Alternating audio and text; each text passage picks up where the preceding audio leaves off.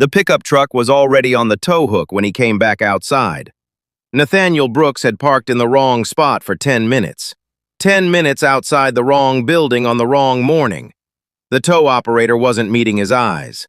The woman in the tailored blazer who had ordered the removal didn't bother to look at him at all. She simply turned back toward the glass doors, heels clicking against polished concrete, already moving on to the next problem on her list. What she didn't know, what no one standing in that parking lot knew, was that Nathaniel had just declined a phone call worth $300 million. 1 hour later, her entire boardroom went silent. Every executive at the table had stopped breathing, not because of anything she said, because of a name someone said instead. His name and the question that followed wasn't about the truck or the parking spot or the humiliation she had handed him in front of a crowd of witnesses. The question was far more dangerous. What does he know about the contract we're about to sign? The morning started the way most of Nathaniel's mornings started, with a 7-year-old who couldn't find her left shoe. Lily Brooks had exactly one volume setting before school: chaos. She announced the missing shoe from her bedroom, then from the hallway, then from directly beside his ear while he stood at the kitchen counter, turning 2 eggs into something resembling breakfast. He found the shoe under the couch, which was where it always was, which she knew as well as he did. She hugged him as a form of gratitude and immediately asked whether he had remembered to sign her field trip permission slip. He had remembered. He always remembered. They drove to Meadowlark Elementary in the old pickup, a 1993 Ford F-150 with a cracked dashboard and a driver's side window that required a specific sequence of pressure and coaxing to seal properly in cold weather. Nathaniel had owned it for 11 years. He knew every rattle, every hesitation in the engine at altitude, every oddity that anyone else would have called a problem, but that he understood as fluency. The truck was a relationship, not a vehicle. Lily had asked him once why he didn't get a new one. He had told her that things with character were worth keeping. She had said, "That's what Mrs. Harmon says about old books." He had smiled at that. At the school drop-off loop, he kissed her forehead through the window. She made him promise to be home before 6 o'clock. He promised. She disappeared through the double doors with her backpack bouncing and her ponytail already half undone, swallowed into the current of other small people beginning their day. He sat in the truck for a moment after she was gone. This was the part of the morning he allowed himself 1 minute, maybe 2, just stillness. No client list, no logistics, just the residual warmth of having been a father. Then he pulled out of the loop and rejoined the world. His phone rang on the dashboard mount. The caller ID read, Dominic Vale, Meridian Capital. Nathaniel let it ring. Dominic had called twice in the past week. They had worked together a long time ago, back when Nathaniel's world had been spreadsheets and conference calls and red-eye flights to New York, back when his opinions on structured debt instruments could move a room of men twice his age. He hadn't returned a single one of Dominic's calls. He didn't plan to start. The voicemail icon appeared. He didn't tap it. He merged onto the interstate and turned on the radio. Instead, a country station Lily had pre-programmed without telling him. He left it on. The drive was long enough to forget about Dominic Vale, Meridian Capital, and whatever emergency had that world reaching back for him. He had a delivery job in the city. He'd be home by 5:30. He had promised Lily. Some promises Nathaniel Brooks kept with both hands. The delivery address was a glass tower on Meridian Avenue, one of those corporate headquarters that communicated power through its architecture, all reflective panels and geometric aggression. The lobby had a waterfall.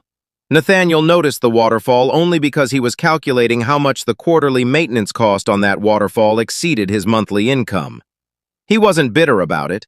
He had simply trained himself to notice things other people ignored. The piece of equipment he was delivering, a specialized calibration unit for a laboratory on the 14th floor, was compact but awkward to maneuver from the truck bed without a second pair of hands. He circled the building twice, looking for a loading dock. There wasn't a visible one on the street side. The guest lot was full, secured behind a gate that required a vendor badge he didn't have. The plan was 5 minutes, 10 at most. The security guard, a young man named Philip, based on his badge, approached with the practiced look of someone who enforced rules he hadn't written. "Sir, This area is reserved for... I know, Nathaniel said. I've got a delivery for Suite 1402. I just need 10 minutes. I can't get to the loading area without a vendor pass. Philip hesitated. There was a reasonable argument being made to him, and he recognized it. Let me check with... He didn't finish the sentence. The lobby doors opened, and a woman came through at the pace of someone who had not voluntarily slowed down in years. Scarlett Whitmore was 34 years old and ran a $4 billion financial services firm. She had dark hair, excellent posture, and the expression of someone perpetually arriving 10 minutes into a conversation that should have started without her. She wore a charcoal blazer over a white shirt and carried a leather folio she held like a weapon. She had spent the morning in a meeting that should have taken 40 minutes and had taken 2.5 hours. Her deputy had sent her a message during the session that the Hargrove acquisition terms were still unresolved. She had 3 calls blocked out for the afternoon that she already knew would each take twice as long as scheduled. Scarlett Whitmore did not have patience to spare. She had a deficit. She saw the old truck in the executive lane and stopped walking. She didn't ask who the driver was. She didn't look at the hazard lights. She looked at Philip. "Have that removed," she said. Her voice was not loud. It didn't need to be. 14 years of being the person whose decisions were final had calibrated her tone to the exact frequency that produced action. Philip looked uncomfortable. "Ma'am, the owner is just inside," he said. 10 minutes.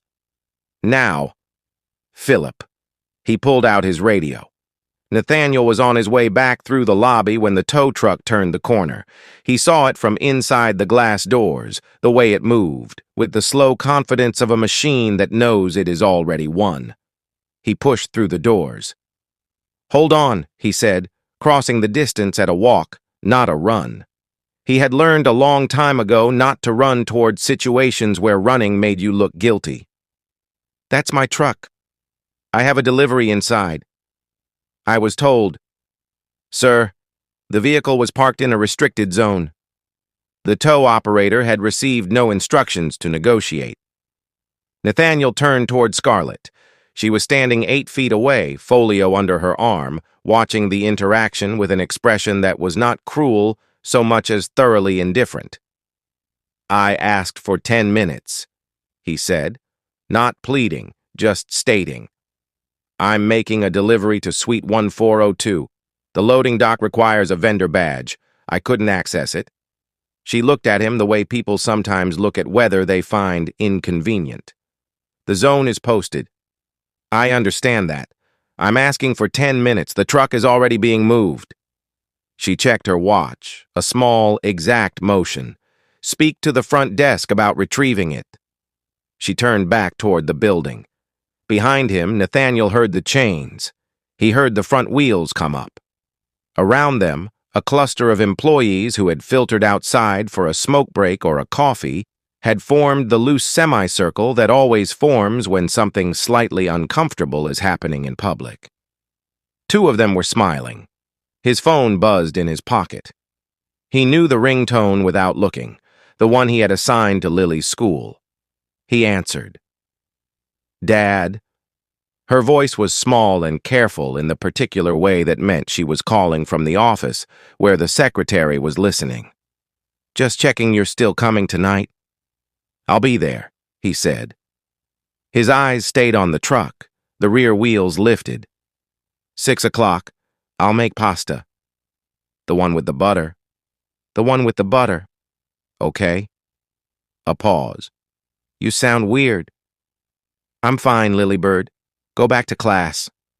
He stayed on the sidewalk until the truck disappeared around the corner. No argument, no raised voice, just a man watching something he owned being taken away and measuring the weight of that against a promise he intended to keep. The silence he carried back to the curb was not the silence of someone defeated. It was the silence of someone who had decided a long time ago that the world's small cruelties were not worth his energy. He found a bench half a block away and called the impound lot. The truck would cost $185 to retrieve. It was currently in transit, and wouldn't be available for at least 2 hours. He had $312 in his checking account and a job invoice from the previous week that hadn't cleared yet. He did the math without making a face about it. While he was still on hold with the impound dispatcher, his phone buzzed against his palm. A New York area code. Not Dominic Vale this time, a number he didn't recognize. He let it go to voicemail. 30 seconds later, it rang again. He ignored it again. Somewhere in Midtown Manhattan, a man named Arthur Greaves was getting increasingly frustrated. Arthur ran the Pacific side of a firm called Vantage Capital Partners, and he had been trying to reach Nathaniel Brooks for 3 days. Not because Vantage Capital Partners made a habit of chasing people who didn't call back. They didn't. But the situation they were managing had reached a threshold where normal options had been exhausted. And the name Nathaniel Brooks had come up twice in 2 separate conversations with 2 separate people who both used the same phrase, "the only one who will see it." Arthur left a voicemail. He kept it short. He said the words significant retainer and non-disclosure and urgent timeline. And then he waited. Inside the tower on Meridian Avenue, the situation Arthur Greaves knew nothing about was quietly assembling itself. The Hargrove acquisition had been in process for 4 months. It was the largest deal Scarlett Whitmore's firm had attempted in 6 years. A leveraged acquisition of a mid-sized infrastructure company whose asset base, properly restructured, would add meaningful stability to their portfolio. The final documentation package had arrived from the counterparty's legal team 3 days earlier. Their own analysts had cleared it. Charles Bennett, who held the position of independent board director and had held it for 9 years, had spent the previous evening reading the documentation a second time. He had a habit of reading things twice, not because he didn't trust the analysts, but because the second reading was always a different experience than the first. He had found something on page 47. More precisely, he had found something he didn't understand on page 47, which in Charles Bennett's experience was more dangerous than finding something obviously wrong. He flagged it to the general counsel at 8:15 in the morning. By 10 o'clock, 3 other people had looked at it, and none of them could explain it either. The boardroom on the 32nd floor was not designed for panic, and so panic was performing poorly in it. The table was long, the chairs were leather, and the view from the windows was the kind that real estate agents described with words like commanding. None of the 7 people currently in the room were looking at the view. They were looking at a single projected page, page 47 of the Hargrove documentation, and the atmosphere had the specific quality of educated people encountering a problem that their education had not covered. Margaret Holt, the general counsel, had spent 40 minutes on the phone with outside attorneys. The outside attorneys had been careful and cautious in their language, which was its own form of alarm. In direct terms, there was a clause in the asset transfer schedule that under a specific set of conditions would surrender a portion of the acquirer's governance rights to a third-party administrative entity. The conditions weren't flagged. The entity wasn't named in plain language. The clause was written in a way that was technically legal and practically devastating. "How did this clear analysis?" said Richard Pryor, the chief financial officer, with the tone of a man who had already decided the answer was someone else's failure. "It cleared because the language is obfuscated," Margaret said.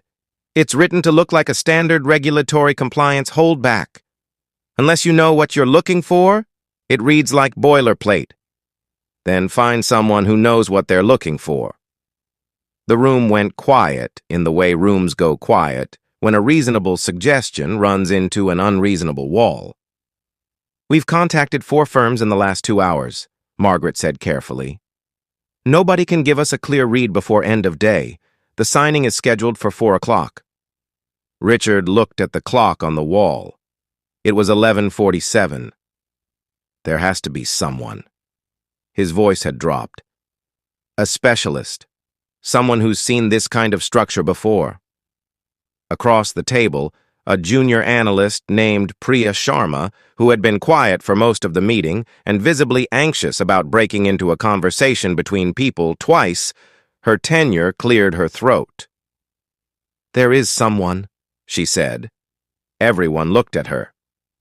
About 3 years ago, a fund called Alderton Bridge came within 48 hours of signing a deal with almost identical hidden language. The deal collapsed. The person who identified the clause and prevented the signing was a consultant brought in at the last minute. She paused. His name was Nathaniel Brooks. The room was completely quiet. Charles Bennett, who had been listening with his hands folded, unfolded them slowly. "Brooks," he said. "I remember that name. He doesn't take consulting work. He hasn't for years. But if anyone can read this contract and tell us in 4 hours whether we're walking into something catastrophic, it's him." At the head of the table, the door opened, and Scarlett Whitmore walked in. She had been briefed in outline on her way up from the lobby. She took her seat, looked at the projected page, and then looked at Charles. "Nathaniel Brooks," she said quietly. Something shifted behind her eyes. The name wasn't unfamiliar. She had heard it before years ago in a different context from someone she respected. She just hadn't connected it to the man outside. What the room knew about Nathaniel Brooks was the outline. What the outline left out was the shape of the man inside it. He had entered the financial analysis world at 26 through a side door, not the expected one. He didn't carry an MBA from a prestigious institution. He had a mathematics degree from a state university and a mind that processed structured financial language the way musicians process harmony, not as rules to follow, but as patterns to feel. He joined a mid-tier fund as a junior analyst, and within 18 months was being consulted by people 3 levels above him who had more credentials and less clarity. By 30, he had built a small and unusual reputation. He didn't do volume. He didn't produce standard outputs at standard intervals. What he did was find things specifically, the things in financial structures that were designed not to be found, the clauses written to look routine, the incentives buried in indirection, the points of leverage obscured by complexity. He had a name for it among the people who knew his work, reading the architecture. Then, when he was 33, a deal he had flagged as risky was pushed through over his objection by a senior partner named Jeffrey Mace. The deal collapsed. When the collapse was investigated, documents surfaced selectively that made it appear Nathaniel had cleared the deal. He hadn't. He could prove he hadn't eventually, but the process of proving it took 11 months, cost him his position, and coincided almost exactly with his wife leaving and, 4 months later, dying in a car accident 200 miles away. He had never gone back. Not because the industry had defeated him, because the calculus had changed. He had a daughter who needed a father present, not a father chasing rehabilitation in a world that had already shown him the cost of caring too much about it. He built a smaller life. He learned repair work, took manual jobs, used his hands. He discovered that fixing actual physical things gave him a satisfaction that financial modeling never quite had. He still read late at night. After Lily was asleep, he would work through academic papers on structured finance, not because he needed to, but because the pattern still pleased him the way music pleases someone who no longer performs. In the boardroom on the 32nd floor, Priya Sharma had projected a brief profile on the secondary screen. The photograph was 3 years old, taken from a conference program. The man in the photograph wore a jacket and had the look of someone at a professional event who was already thinking about being somewhere else. Charles Bennett studied it. "We need to reach him," Scarlett said. "We've been trying," said the associate beside Priya. "His consulting line forwards to voicemail. His last known address is a rental in Eastwick." Scarlett looked at the photograph for a moment longer. Then she pushed back her chair. "Then we find him." The finding was less efficient than the instruction implied. The number on file for Nathaniel Brooks led to a voicemail that had not been checked in 2 days. The address in Eastwick had no one home. A neighbor walking a dog said she thought she'd seen the truck leave early that morning. but she wasn't certain. "The truck," said the associate who had driven to the address. He paused on the phone.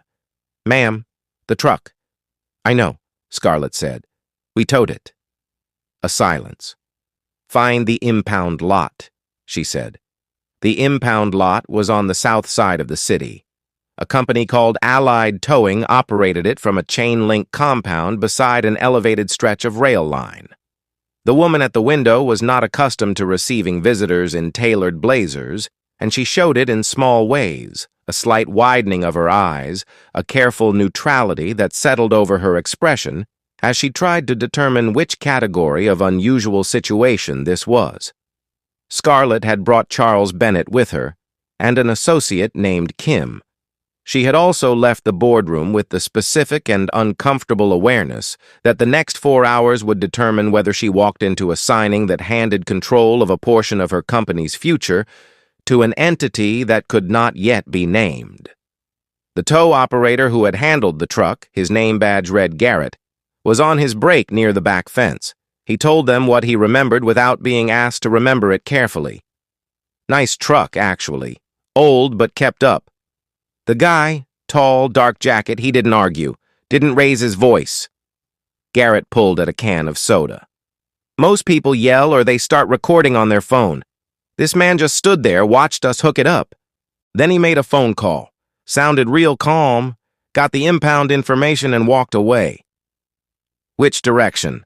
Charles asked. Garrett pointed north. "Did he say anything to you directly?" Scarlett asked. Garrett thought about it. "He said it's just a truck, like he was saying it to himself more than to me." He looked at Scarlett with the expression of a man who had witnessed something he'd thought about afterward. He didn't seem like a guy who cared much about being right. He seemed like a guy who needed to get somewhere. In the car afterward, Scarlett stared out the window.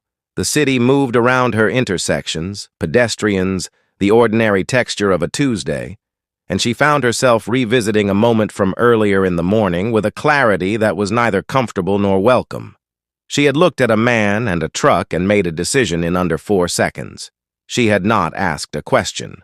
She had issued an instruction. It had cost her nothing in the moment and was costing her considerably now, though not in any way she had anticipated that morning. The garage was a single-bay operation on a commercial side street, a place with a hand-painted sign, a permanent smell of motor oil, and a quality of unhurriedness that belonged to a different decade. It shared a block with a dry cleaner and a sandwich shop whose smell reached the sidewalk in a way that made the whole block seem friendlier than it otherwise might have. Nathaniel's truck was back by then. He had retrieved it from Allied Towing 3 hours earlier, $185 lighter, and driven it to his afternoon job diagnosing an electrical fault in a commercial refrigeration unit for a restaurant supply company whose owner, a man named Frank, treated him exactly as well as the work deserved and paid promptly. He was under the hood of a secondary compressor unit when he heard the cars pull up. He knew without looking that they were not Frank's customers. Frank's customers drove vans and cargo trucks, the sound of 2 late-model sedans stopping in sequence, followed by doors opening in the careful way people open doors when they are about to do something they are uncertain about, told him what he needed to know before he turned around. He took his time turning around. Scarlett Whitmore was standing on the sidewalk, and she was different from the woman who had looked through him that morning. Not dramatically different, not with visible remorse written across her face, but different in the specific way that people are different when their position in a situation has reversed and they know it. She was still composed, but the composure had a new component, which was effort. Behind her stood Charles Bennett, a man in his early 60s with the kind of face that had seen enough to stop flinching, and 2 associates maintaining the controlled expressions of people present at a situation above their clearance. Nathaniel set down his wrench. He looked at Scarlett. He looked at Charles. He looked at the associates. He did not look particularly surprised. "Mr. Brooks," Charles Bennett said, "I apologize for finding you like this. My name is—" "I know who you are," Nathaniel said. Charles Bennett. You've been on the Whitmore board since the reorganization. Charles stopped. I read, Nathaniel said by way of explanation. He picked up a rag from the workbench and cleaned his hands with the deliberateness of a man who would not be hurried. Then he looked at Scarlett again. She didn't speak right away. That, in itself, was notable. I owe you an apology, she said finally. This morning, I made a decision without information. He regarded her for a moment. Okay, he said. The flatness of it was not dismissive. It was simply acknowledged and set aside. He had no investment in the apology. He didn't need her to suffer through it at greater length. What do you need? He said. Charles opened the leather folio he was carrying. We have a contract. I know, Nathaniel said. Charles paused. You know, someone's been calling from Vantage Capital for 3 days. Arthur Greaves. He glanced at Charles. He left a voicemail this morning. I haven't returned it. He looked back at Scarlett. If Greaves is trying to reach me and your board shows up at my garage on the same morning, I'd say you have a document problem. The associates looked at each other. Scarlett stood very still. Why would you help us? She said. It was a real question, not a rhetorical one. Nathaniel leaned against the workbench. He thought about Lily. He thought about the field trip form and the pasta with butter and the way she had said, "You sound weird on the phone," without needing to say anything more. I haven't agreed to help you yet, he said. I asked what you need. Those are different things. He agreed to look at the document, not to advise, not to consult, to look. His terms were stated without drama. No contract, no retainer, no public disclosure of his involvement. He would read the filing and tell them what he saw, and what he told them would belong to whatever decision they made afterward. If they acted on it, they acted. If they ignored it, that was theirs too. He wanted nothing attached to his name in any filing or communication. Charles Bennett agreed immediately. Scarlett took 1 second longer, and that second told Nathaniel exactly what he needed to know about the nature of her hesitation. It wasn't the terms, it was the acknowledgement of dependence, but she agreed. They moved to a table in the back of the garage. Nathaniel's workbench cleared of tools, the documentation spread on a cleaner surface under a fluorescent light that hummed faintly. Frank, the garage owner, appeared briefly in the doorway, assessed the situation with the pragmatism of a man who had seen stranger things, and disappeared again. Nathaniel read the contract the way he always read contracts, not page by page, but by structure, first skimming to map the architecture, identifying the skeleton before examining the skin. The people watching him couldn't track what he was doing, which was partly why they were watching so closely. He moved through pages in a way that suggested he was looking for something specific and finding landmarks. It took him 12 minutes to reach page 47. He stopped. He went back 2 pages, then forward 1, then back to 47. Here, he said. He didn't point dramatically. He set his finger on a paragraph in the middle of the page below a heading that read, Administrative Transfer and Operational Continuity. This is your problem, he said. Section 14.4. It looks like a standard regulatory holdback provision, the kind that delays certain governance transfers pending third-party administrative review. You see these in infrastructure acquisitions because of environmental compliance windows. Richard, who had arrived from the office and was standing at the far end of the table, nodded cautiously. Except this isn't that, Nathaniel said. The holdback here isn't a delay, it's a conditional reassignment. Under subsection C, he pointed, and 3 people leaned forward simultaneously. If the acquirer fails to meet performance thresholds defined in Schedule F within 24 months, the administrative rights during the holdback period don't revert to the acquirer. They transfer to the administrative entity named in Appendix D. Appendix D names an entity? Margaret Holt said sharply. It names one. The name is written as a registered number, not a company name. He flipped to the back of the document and read the registration number aloud. You'll find that number if you search the appropriate registry. Belongs to a subsidiary of the counterparty's parent company. They're buying themselves a back door. If your performance in the first 2 years post-acquisition falls short of the thresholds they've set, and the thresholds are written into Schedule F with just enough ambiguity to be contested, they can reclaim governance rights through a third party that looks entirely unrelated. The room, if a garage could be called a room, was silent. Scarlett was looking at the page. Her expression had moved through several phases in the last 2 minutes, the most recent of which was something close to controlled fury. Though whether it was directed at the counterparty's lawyers or at her own team or at herself was not entirely clear. "How long would it have taken your analyst to find that?" Nathaniel asked, not cruelly, genuinely curious. "I don't know," Margaret said quietly. "The language is expert-level obfuscation. Whoever drafted this knew exactly what they were writing." He looked at Charles. "The firm that prepared the counterparty's documentation. Look at who signed the cover page." Charles looked. He read the name. He looked up slowly. "That's Jeffrey Mace's firm," he said. Nathaniel nodded once. His expression didn't change.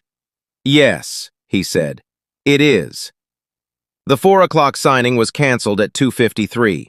Margaret Holt placed the call to the counterparty's legal team with the tone of someone who had spent 20 years choosing words carefully and was choosing them very carefully now. The deal was not dead. She did not use the word dead. She said the parties required additional review time on specific provisions and that the timeline would be rediscussed at the appropriate stage. She did not mention Nathaniel Brooks. Inside the conference room on the 32nd floor, the board sat with a particular stillness that follows a close call. The Atlas Management Solutions registration had been verified within an hour of Nathaniel's identification of it. The performance thresholds in Schedule F had been pulled apart by 2 attorneys who both agreed, now that they knew where to look, that the language was deliberately elastic.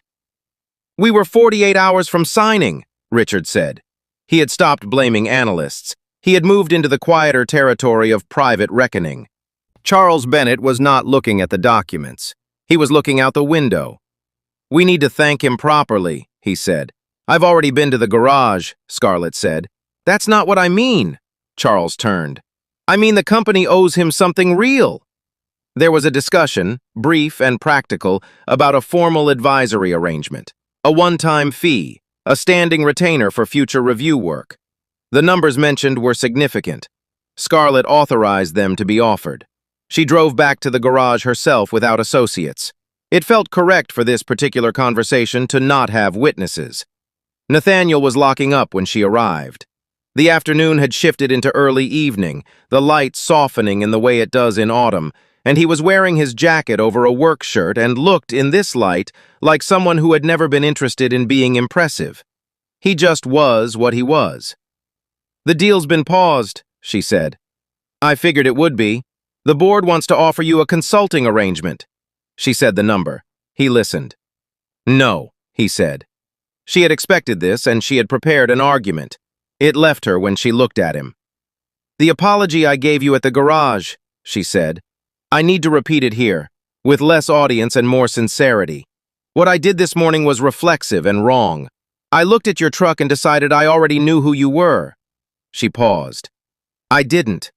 Nathaniel regarded her in the way he regarded most things, with patience, without judgment. "You're not the first," he said. "You won't be the last." "That doesn't make it acceptable." "No," he agreed. "It doesn't." He pulled his keys from his pocket. The old truck sat at the curb back where it belonged, no worse for the day, and the evening light caught the chrome on the side mirror in a way that made it look, for a moment, less battered than it was. "Nathaniel," she said his name as if trying the weight of it. "Why didn't you want recognition? You saved this company from something significant." He considered the question honestly. "Because I don't do this for companies," he said. "I do it because the math is interesting, and someone was going to get hurt by something they didn't understand. That's enough reason." He paused. "Don't judge people by what they drive or what they carry or where they park." He wasn't lecturing her. He wasn't even particularly looking at her. "You never know what you're standing next to." The weeks that followed were quieter than the ones before them, but quieter in a different way. Not the quiet of containment, but the quiet of something having shifted. Scarlett Whitmore did not make dramatic announcements. She did not send company-wide emails about leadership philosophy, or schedule sensitivity training, or commission any of the institutional gestures organizations make when they have looked in a mirror and not loved what they saw. She simply began to behave differently. The changes were small. She started asking questions before issuing instructions. She waited an extra beat before responding to things she disagreed with.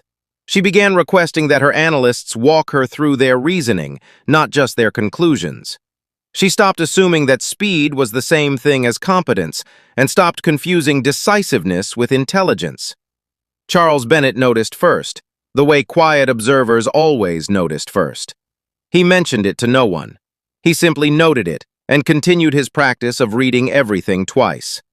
The Hargrove deal was restructured over 6 weeks. The clause in question was removed. The counterparty, once it became clear that the hidden provision had been identified, did not contest the restructuring. Jeffrey Mace's firm was replaced as counsel on the opposing side. None of that made the news. It wasn't supposed to. Nathaniel's life returned to its ordinary rhythm, which was the rhythm he had chosen and continued to choose. He delivered the calibration unit to Suite 1402 belatedly. Frank gave him 2 more jobs the following week.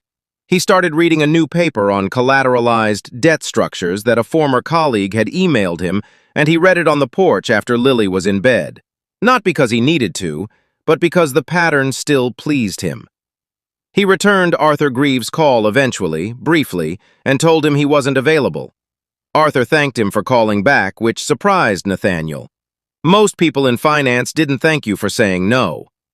It was a Wednesday afternoon in October when it happened, the kind of afternoon that announces autumn without apology, all low golden light and the smell of leaves that have given up.